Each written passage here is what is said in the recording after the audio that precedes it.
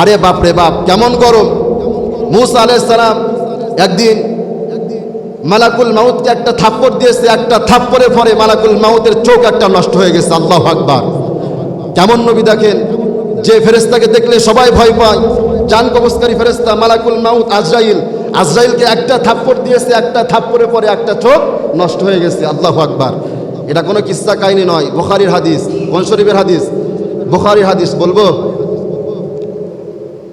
মালাকুল মাউত একদিন মুসা আলাইহিস সালামের কাছে আসলেন। মুসা আলাইহিস সালামের জান কবজ করার জন্য মালাকুল মাউত আসছে। মালাকুল মাউত আসার পর মুসা আলাইহিস সালাম জিজ্ঞাসা করলেন, ওগো ভাই তুমি কে?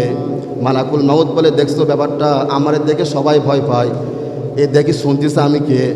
আনা মালাকুল মাউত, আমি মালাকুল মাউত, আমি হলাম জান কবজকারী ফেরেশতা।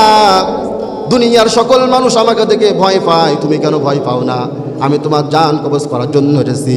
মুসা আলাইহিস সালাম বললেন, আসো, সামনে আসো। যখন মালাকুল মাউত মুসা আলাইহিস সালামের সামনে গেলেন, এমন একটা থাপ্পড় দিলেন, একটা থাপ্পড়ে একটা চোখ নষ্ট হয়ে গেছে। আল্লাহু আকবার। মালাকুল মাউত দৌড় মেরে কার কাছে গেল? মালাকুল মাউত আল্লাহর কাছে যাওয়ার পর বলতেছে, ওগো আল্লাহ,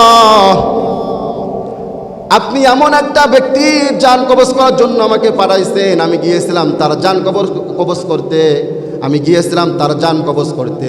একটুর জন্য আমি নিজে বেঁচে ফিরছি, আর একটু হলে নিজের জান নিজে কবজ করতাম। আল্লাহ বললেন, ওগো ফেরেশতা, তুমি আবার মুসার কাছে যাও। মুসার কাছে যাওয়ার পর বলো, তিনি যদি আরো হায়াত চায়, হায়াত বাড়িয়ে দেব। মুসা আলাইহিস সালাম যদি আরো হায়াত চায়, দুনিয়াতে আরো বাঁচতে চায়, মুসাকে বলো তিনি যেন একটা মেষের ওপর তার হাত রাখে। মেষের ওপর হাত রাখার পর তার হাতের নিচে কতগুলো লোম পড়বে, প্রত্যেকটা লোমের বিনিময়ে আমি মুসা আলাইহিস সালামকে এক এক বছর করে হায়াত বৃদ্ধি করে দিব। সুবহানাল্লাহ। মালাকুল মাউত মুসা আলাইহিস সালামের কাছে আসলেন। আসার পর বলেন, এই ঘটনা বলার পর মুসা আলাইহিস সালাম বললেন, মানলাম আল্লাহ হায়াত বৃদ্ধি করে দেবেন, কিন্তু হায়াত শেষ হয়ে যাওয়ার পর, এই হায়াত শেষ হয়ে যাওয়ার পর আমার কি হবে? মালাকুল মাউত বললেন, তোমার মৃত্যুর স্বাদ গ্রহণ করা লাগবে। জন্ম যখন নিয়েছো তখন মৃত্যুর স্বাদ গ্রহণ করা লাগবে। এই দুনিয়াতে যারা আছে একদিন মৃত্যুবরণ করা লাগবে কি লাগবে না?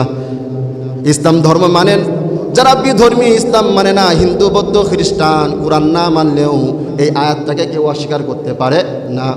কুল্লু নাফসিন যায়িকাতুল মাউত সুম্মা ইলাইনা তুরজাউন।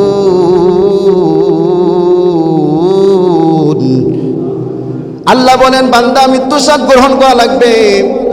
দুনিয়াতে যখন জন্মাইছো মৃত্যুর স্বাদ অবশ্যই গ্রহণ করা লাগবে। এই দুনিয়ার মায়া ছেড়ে একদিন চলে যাওয়া লাগবে রে মুসলমান ভাইরা। এই দুনিয়ার মায়া একদিন ছেড়ে যাওয়া লাগবে, আল্লাহ তাআলার সাথে দিদার করা লাগবে, কিয়ামতের দিন ওঠা লাগবে, হাসরের ময়দানে ওঠা লাগবে। যদি আমরা মৃত্যু থেকে বাঁচতে চাই, কেউ কি বাঁচতে পারবো নাকি? কেউ পারবো বাঁচতে? কেউ আমরা বাঁচতে পারবো না। আইনামা তাকুনু ইউদরিকুমুল মাউতু ওয়ালাউ কুনতুম ফি বুরুজিম মুশাইয়াদা। আল্লাহ বলেন, বান্দা মৃত্যু থেকে বাঁচতে চাও, কোনো লাভ নাই, মৃত্যু থেকে বাঁচতে পারবা না। যদি একটা তুমি দুর্গ বানাও, দুর্গর মধ্যে যদি তুমি আশ্রয় নাও, মৃত্যু থেকে তাও বাঁচতে পারবা না। যেখানে থাকো না কেন আজরাইল চলে আসবে, অর্থাৎ মৃত্যু থেকে কেউ বাঁচতে পারবো না।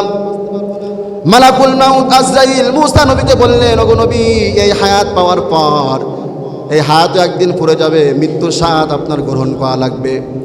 এই কথা শোনার পর মুসা আলাইহিস সালাম বললেন, যেহেতু মৃত্যুর স্বাদ গ্রহণ করা লাগবে, তাহলে তুমি আমার এক্ষুনি জান কবজ করে নিয়ে যাও, আমি আল্লাহ তাআলার সাথে দিদার লাভ করতে চাই। সুবহানাল্লাহ।